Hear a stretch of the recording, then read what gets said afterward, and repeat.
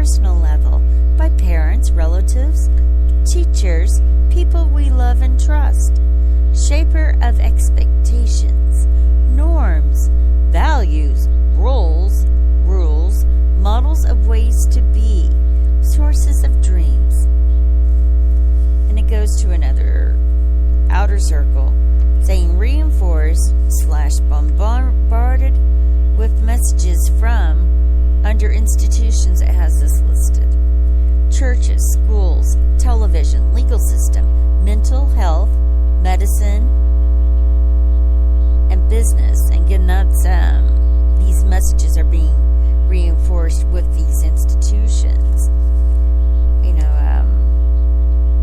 Certain stereotypes that say the church at large supports, man the head of the house, wife dutiful servant with 2.2 children, the legal system with some of the laws in different states where, well, like in Jamaica, sodomy is considered a action that you could be jailed for. Now, under culture, reinforced/bombarded with messages from culture, and underneath it says practices, song lyrics, language, media, patterns of thought. I'm trying to think if I have any songs. I used to have some songs. Oh, that one would be really bad. Let me see if I have it underneath this. Let's see. It can make a person sound like this. The pressures of society. If you had to take a lot of steps back,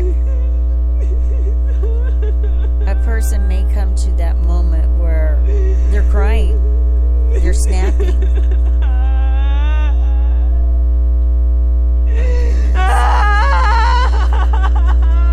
Well, they just can't take it anymore. Maybe you live in a society, or you're a white man and it's, gosh, that's hard to listen.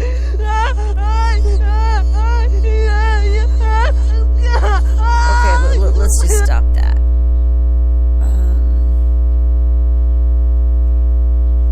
A lot of people are saying this. Reform, reform, reform, reform, reform, reform, reform, reform, reform. Okay. A lot of the Bernie people are saying that. Bernie Sanders is what I'm talking about. And I'm a supporter of Bernie Sanders, at least his economic policies, which we'll discuss in another podcast.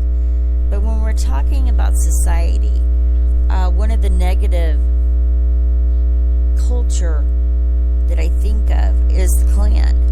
Here is a little add-on. Join the Klan today. Imagine hearing this if you're a young black boy and it's the 60s. Hi there. I'm Billy Bob with the Ku This is supposed to meant to be funny, but it's not funny. On white power, because white power is the right power. I'm here to let you know that you too can be a part of the Ku Klux Klan by simply sending in $49.91. Now, you can do this online at the Ku Klux Klan Commission. Alright, I just gotta stop that. I just like, no. That's just one example. It's meant to be funny. It's meant to be a soundbite. But it adds to that reinforced/bombarded with messages. Song lyrics, language, just the use of a word, broad, the N word, the R word, which means retard, which means slow in French, retard, patterns of thoughts.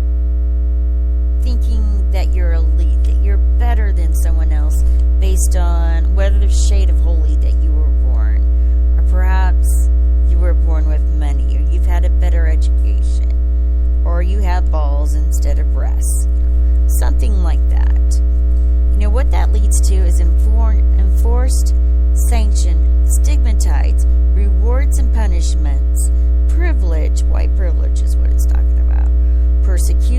discrimination empowerment, which results in dissonance, silence, anger, dehumanization, guilt, collusion, ignorance, self-hatred, stress, lack of reality, horizontal violence, inconsistency, violence, crime, internalization of patterns of power.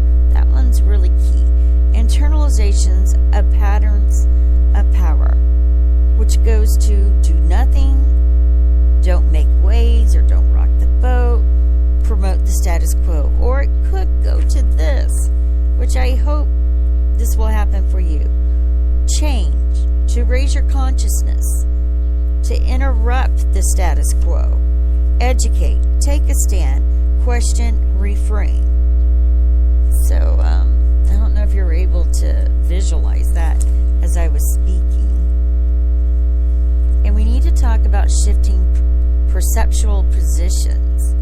And I've thought a lot about this, and I've tried to learn to respond instead of react.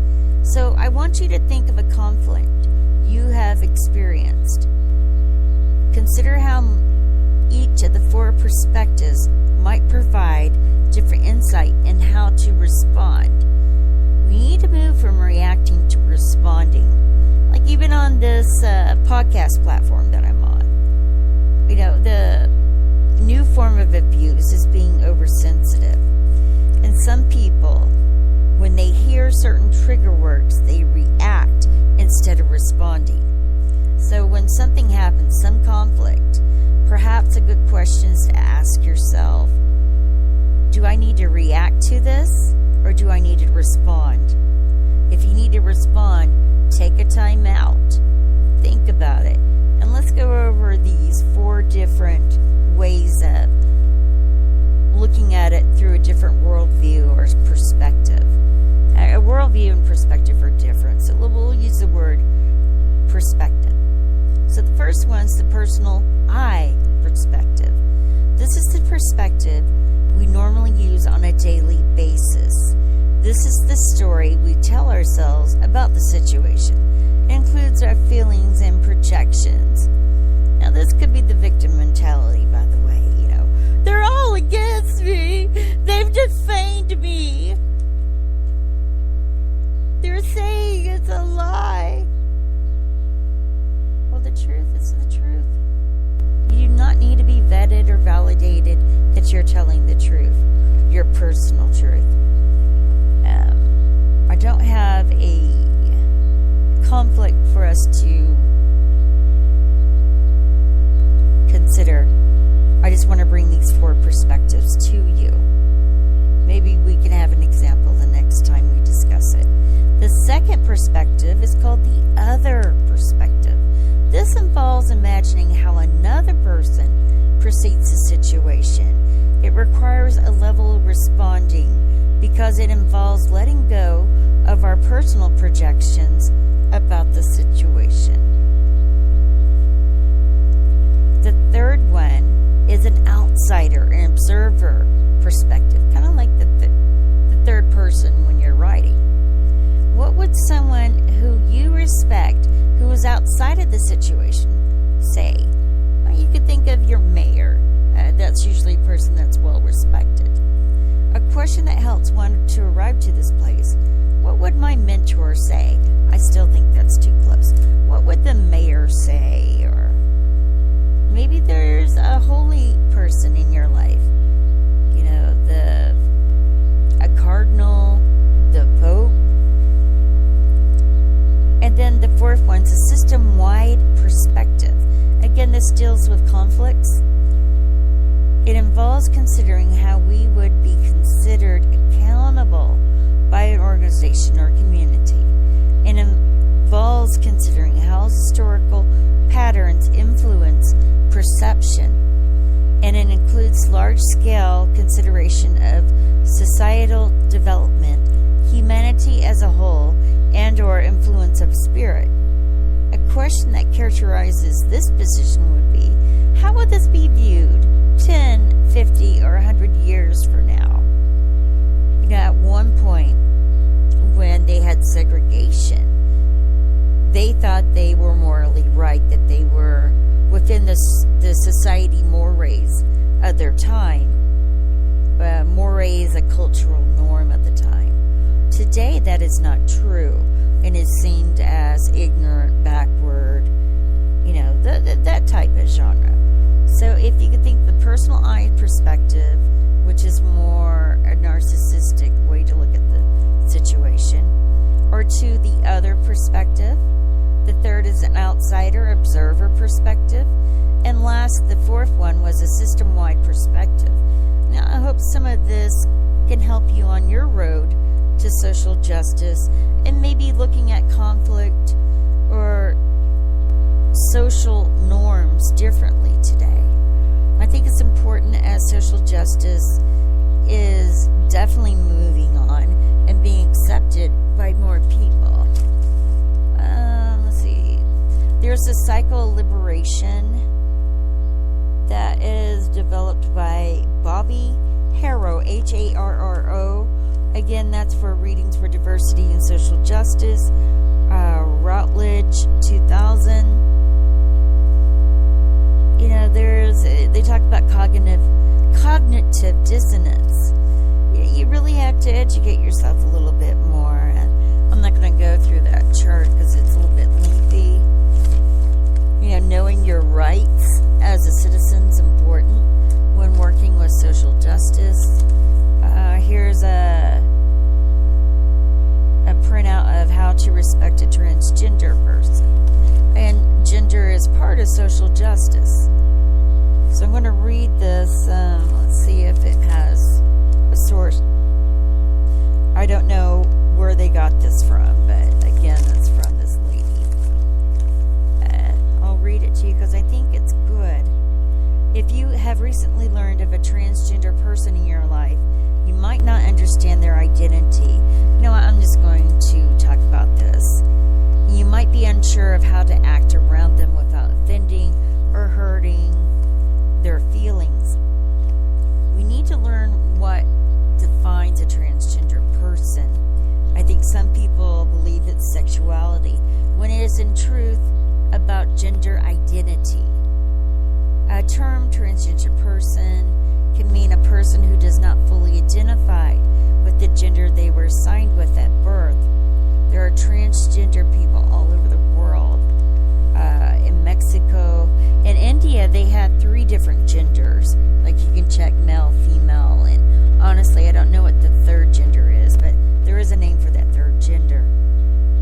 Native American, Thai. For, I think, a great amount of America, it's hard for them to define what gender is today because they have very backward definitions. Like I just said, the transgender. They think it's about sexuality, that they're automatically a homosexual, which will instill fear in the masses.